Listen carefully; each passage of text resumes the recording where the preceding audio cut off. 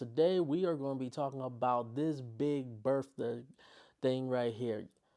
I'm really excited to talk about it. Stay tuned. All right, hold on, everybody. Hold together. 10 seconds.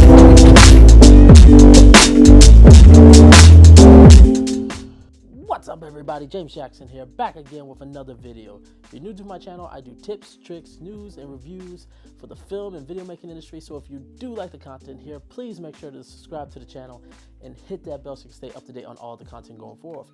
Yes, today we are going to be talking about the granddaddy of all RF lenses, the 28 to 70 f2.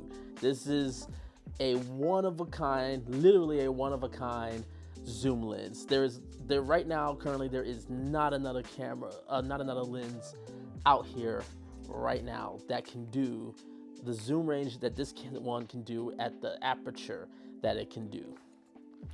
So very, very powerful lens. I got this lens to rent it out over the weekend when I was going to film a wedding with the R5. Yes, I did film a wedding with the R5. I will talk about that experience in another video. So stay subscribed and stay tuned, and I'll definitely going to give out my experience. If the camera overheated or not, tune in to find out. But today I want to talk about this lens right here. And I just want to talk about this because this was one of the lenses I was most interested in hearing about, because it's something that I felt up until the R5 and the R6 was something that, while it showed its true worth, you didn't really get a chance to sort of see what it could potentially do on a really high resolution camera body. Because with all this glass and how sharp and pristine this glass is, having a lens like this can really take advantage of something like the R5 with its 8K video and its 45 megapixel stills. So I rented it from 3 days from Lens Rental. By the way, big shout out to Lens Rentals, because I almost didn't get this because the shipping company, which will remain nameless, almost screwed up the delivery. But luckily, Lens Rentals was able to work with them, and they were able to send me this so I can actually film the weddings. I didn't get to use it as much as I wanted to, but I did get some shots with it, and this lens is gorgeous. It is such a beauty of a lens. But you know what? First, let's just go ahead. Let's get the middle school jokes out of the way right here, in case just for the sake of this. Yes, this thing is big. It is massive. As Tony Northam said, it is disturbingly big. You can poke someone's eye out with this. You're going to scare a certain people away when you whip this thing out. This thing is going to be something that may be saying you are packing too much, on and on and on. So get the giggles out of your system. Let's talk about this. This thing is, even though it has like a plastic covering, this thing is all glass, and it definitely feel it in the weight. This thing is heavy. I'm not gonna lie, when I picked it up, I was like, man, this is a heavy boy. But it's all glass, and you see it in the results. I'll show you guys definitely as we're playing, and also I will cut to that shortly.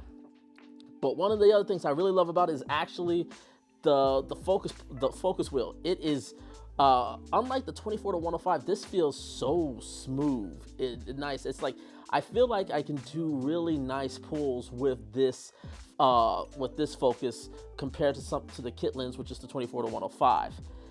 It's got the lock plate as well, which is great. But as you will see right here, as I unlock it, it doesn't really project out as much. It doesn't extend out as much, but it still packs a glass. But you know what?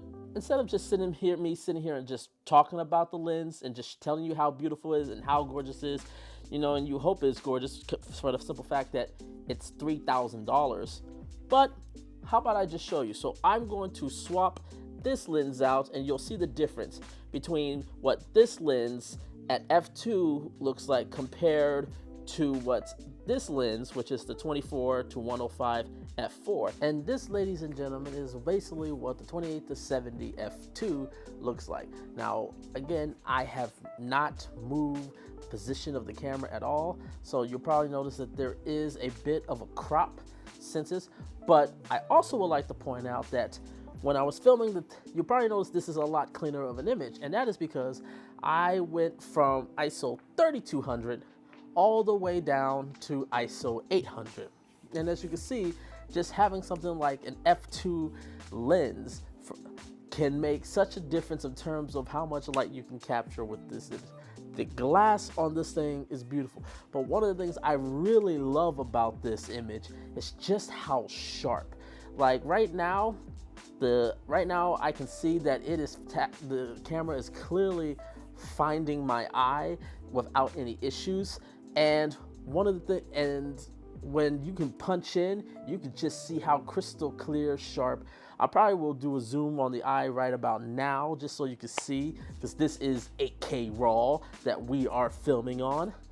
But yes, the image of this lens is beautiful. One of the things I absolutely love about the image of this lens is the fact at just how beautiful the roll off from focus to out of focus is. It's so creamy out. I mean, let me get a little closer so y'all can see. So as I, get a little closer, and actually let me go ahead, put this light right here so I can get some.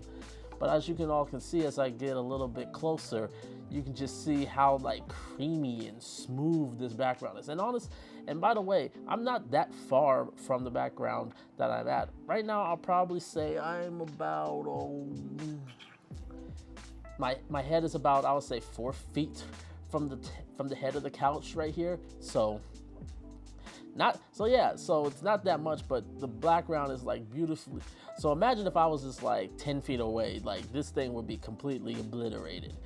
But I just want to just like, this gives like a nice smooth, I don't like to say the word because I feel like it's overused, but it does give kind of a cinematic quality just purely of how smooth the image looks. One of the things I also wanted to talk about is, especially this lens with the R5, is how stabilization works. Now, for those of you that remember when this lens came out, this lens had no stabilization. So a heavy lens with something like the EOS R was sort of a heavy combo that really was, I know for a lot of people, was tough to deal with. That's not the case with the R5. Holy crap, is the image smooth with this camera. This camera is so damn smooth. It just shows that how good the IBIS on the R5 is. The fact that I can handhold this. This lens does not have any stabilization at all. I can handhold it with the R5, especially with the external battery to sort of counter the weight of the lens, and it's almost like you're on a tripod. Now, it's still not as good as a gimbal, but that's just IBIS in general. That's nothing to do with the lens. But I would actually dare say that using this lens with the R5 to me brings more stability than actually using something like the 24 to 105 f4, which does have IS built in it. It's not that much of a difference, but it still, to me, feels like a noticeable difference, where the 24 to 105 feels at times can get some little jitters depending on how I hold it, whereas this, and honestly, I think that just is more to do with the weight, where the weight of the lens is sort of a benefit, because I've been saying a lot of times, a lot of things with stability and stabilization has a lot to do with weight. Heavier cameras and heavier lenses tend to be easier to stabilize because it takes more resistance to hold them up. So whereas something lighter doesn't take much force, so your muscles don't react to balancing it correctly as much. Let's just talk about it. Yes, this is a $3,000 lens, and so do I believe this lens is worth it? Well, if you think about it, this is kind of like having 35, a 50, and then you can even go to the 70 range. Now, would it be nice if we could go to the 85 range and sort of work out those, those traditional primes? Yes. But to me, I actually like the 70 focal range. for a lot of my shoots. And really 35 is sort of like what I like from a wide shot, from at least from a filmmaking perspective. Sometimes I just feel 24 is just too wide, again, from a filmmaking perspective, outside of establishing shots.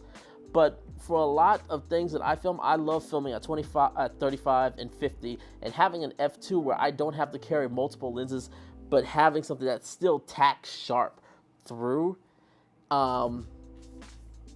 It just might be for me enough to validate the price of this lens. It is a steep price, and trust me, I'm not getting this lens anytime soon. In fact, I gotta return this thing tomorrow morning, so I'm sort of just doing a quick review on it. But is it expensive? Yes. But if I'm owning the 20, if I am a fashion shooter where I deal with a lot of textures and details, if I'm doing music videos, would I use this lens with the R5? The answer is yes. I'm probably going to rent it out a little bit more to use it for projects when paid gigs show up, but if those are consistent, I may just end up getting it, because the quality that I'm getting out of this glass is something that, yes, you can get on quite a bit, but it is so sharp and so beautiful that, and just having that ability to just use one lens to cover most of my focal lengths, where really all I want now is just would get something like maybe an 85 and then a 100 macro, and then I'm set. Whereas before I would have to get either a 24 to 70 and then a 70 to 200. But I still don't get the f2, so I would still have to get primes for that. So overall, when you factor it in, I think if you can afford this lens, I would definitely say it is worth the investment. But these are my thoughts. Let me know what your thoughts are. Leave a like, leave a comment below. Make sure to hit that subscribe button. And until next time, take care, everyone.